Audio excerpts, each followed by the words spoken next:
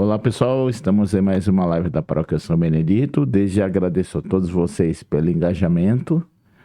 Bom, vocês que querem contribuir com a paróquia, é só através do QR Code que está aqui, ou tem a chave Pix aqui, tá? Desde já agradeço a todos vocês que têm contribuído. Bom, hoje os paramentos são brancos. O tema é Cristo Rei. Padre Meir já está aqui. Mais uma vez, obrigado, Padre Meir. E é com o senhor. Doutor, boas-vindas a todos vocês que nos estão acompanhando. Em nome do Pai, do Filho e do Espírito Santo. Amém. Olha, nós já estamos no último dia do calendário litúrgico, que encerra o calendário litúrgico, é a festa de Cristo Rei. E o evangelho vai ser o evangelho tirado de São Lucas, no capítulo 23, o versículo 35 a 43, que vai falar do quê? Vai falar aquela passagem da crucificação de Jesus, da salvação do bom ladrão. É uma passagem riquíssima, com muitos ensinamentos. Começa dizendo assim, no versículo 35. A multidão conservava-se lá e observava. E os príncipes, os sacerdotes escarneciam de Jesus, dizendo: salve vós outros. Se é o Filho de Deus, que se salve a si próprio. Se é o Cristo, o escolhido de Deus. Aí você tem que pensar, tem que voltar no comecinho do Evangelho de São Lucas para compreender. Lá temos o texto da célebre tentação de Jesus. Aqui é usada a mesma frase que o demônio usou lá para tentar Jesus. Lembra-se? Se és o Filho de Deus, diga que essas pedras se transformem em pães. Ora, essa passagem da tentação de Jesus diz que então o demônio o deixou para voltar no tempo oportuno. Na teologia de São Lucas, o tempo oportuno é agora o momento da crucificação. É o momento em que o abandono de Jesus será total. E é o momento, então, que o demônio vai tentar a sua última cartada, porque a jogada do demônio é o seguinte: ele quer que Jesus faça uso dos seus poderes divinos.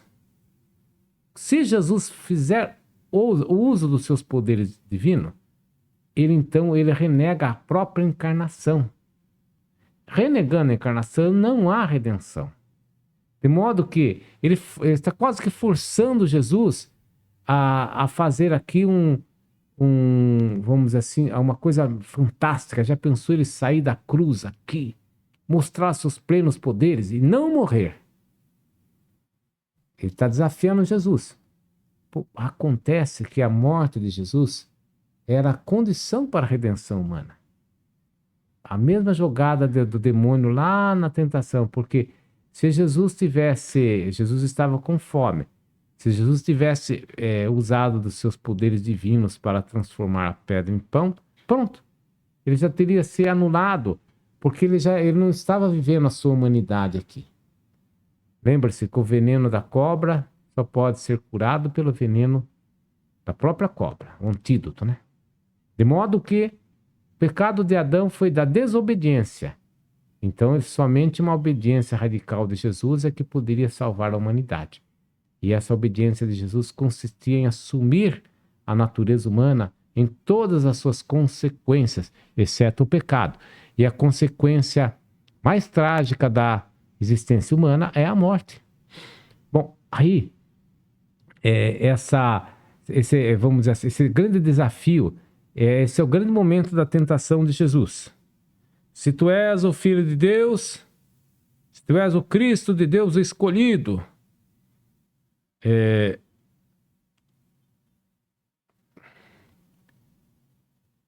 bom, ele está desafiando Jesus se tornar como Filho de Deus, a usar toda a sua habilidade para se salvar. E se ele não fizer isso, ele então não é salvador da humanidade. Bom, aí conta que também aqui,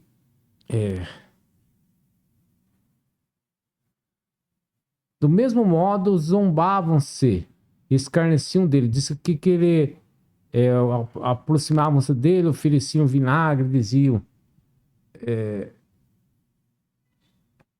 se é o seu filho de Deus, então salva-se a ti mesmo. Então, essa zombaria era geral. Aqui diz uma coisa interessante, que existia uma tabuleta. Em cima da cabeça de Jesus pendia essa inscrição: este é o rei dos judeus. É uma frase assim de deboche, que vocês conhecem essa história da frase, né? Uma zombaria extrema que Pilatos fez contra o povo judeu, que ele detestava o povo judeu. Então, dizendo: ó, estou aqui crucificando os seus próprios reis aqui, né? Que vocês não são nada. Uma maneira dele diminuir o povo de Israel, né? Naquela época. Mas diz o texto, que ele está crucificado entre dois malfeitores. Um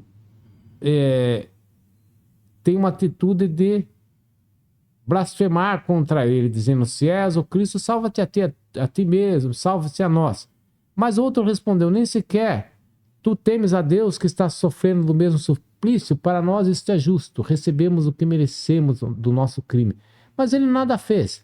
Aí ele vai dizer: Jesus, lembra-te de mim quando tiveres entrado no teu reino. Aqui tem uma jogada literária interessante de São Lucas, porque o único que reconhece a realeza de Jesus é aquele que está, vamos dizer assim, mais longe que está mais longe em questão de desprezo. Aquele que está mais desprezado, que é o ladrão, que tem menos dignidade de todo mundo, é o único que reconhece que Jesus é rei, né? Porque ele fala: lembra-te de mim quando entrares no teu reino. Aí Jesus Cristo diz assim: ainda hoje estará comigo no paraíso. A única vez que aparece a palavra paraíso nos evangelhos, aparece Jesus dizendo essa resposta para o ladrão. Depois a tradição vai colocar um nome nesse ladrão de Dimas, como sendo um bom ladrão. O que é importante nós notarmos, que na verdade essa é uma fotografia do que ocorre na humanidade. Nós estamos aqui nessa situação. Diante de Jesus, somos convidados a dar uma resposta. Aderir ou não a esse chamado que ele nos faz para a salvação. Jesus quer nos salvar. Entendeu? Nós todos somos pessoas crucificados já pela própria, vamos dizer assim, condição humana de morte. Todos nós já nascemos com esse carimbo de data de validade, vamos morrer. Mas a atitude que nós tomamos diante da vida que nos importa. Muitos têm uma atitude de revolta, uma atitude de descrédito, mas a atitude aqui da que nós chamamos o bom ladrão é o único que compreende que a esperança nossa deve ser depositada em Jesus. Que sim, Jesus é aquele que pode nos salvar.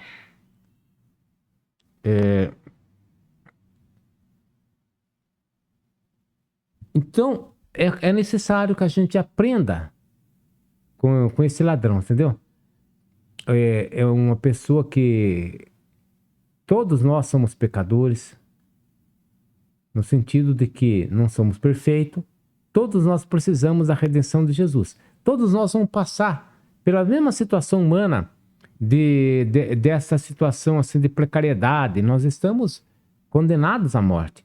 Mas o que manda é que nós só temos uma saída: aceitar Jesus como nosso Salvador. É a única esperança nossa. E esse bom ladrão dá essa lição para todos nós. Amém. Amém. Vamos ver. Esse é um crucifixo medieval, muito bonito, porque ele aparece o Cristo morto ali, cenas da paixão de Jesus no seu entorno, né? Como se fosse um gibizinho, né? É verdade, é uma sequência. É uma sequência, não é bem as estações de Via Sacra nossas que nós usamos hoje, mas lá tem 8 estações da Via Sacra.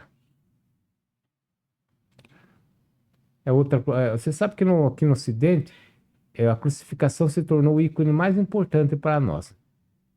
Uma missa, por exemplo, na Igreja Católica nós podemos encontrar ou não muitas imagens, mas a única imagem obrigatória dentro de uma igreja é essa daí, a crucificação.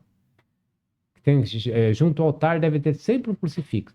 Esse crucifixo aí, nós apresentamos aqui, apresentamos do lado direito do Cristo, a figura da Mãe de Deus, das Três Maria, do lado esquerdo da cruz São João, e lá o Longino, o soldado que furou o lado de Jesus com a lança. Sim. É verídica a história de São Longuinho?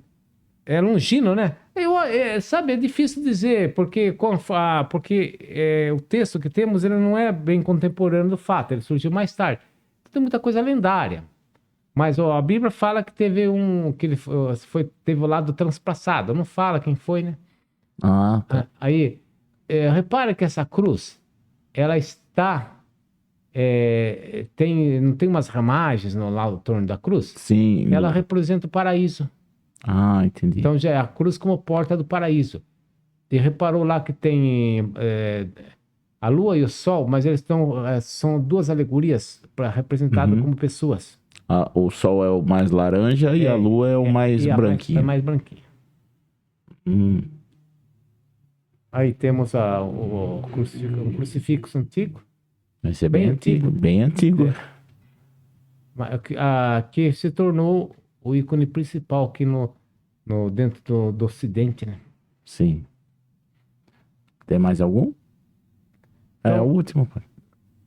Agradecemos a vocês que nos acompanharam, pedindo a Deus que derrame as bênçãos sobre todos vocês, que Ele guarde vocês e dê a vida eterna a todos vocês, em nome do Pai, do Filho e do Espírito Santo.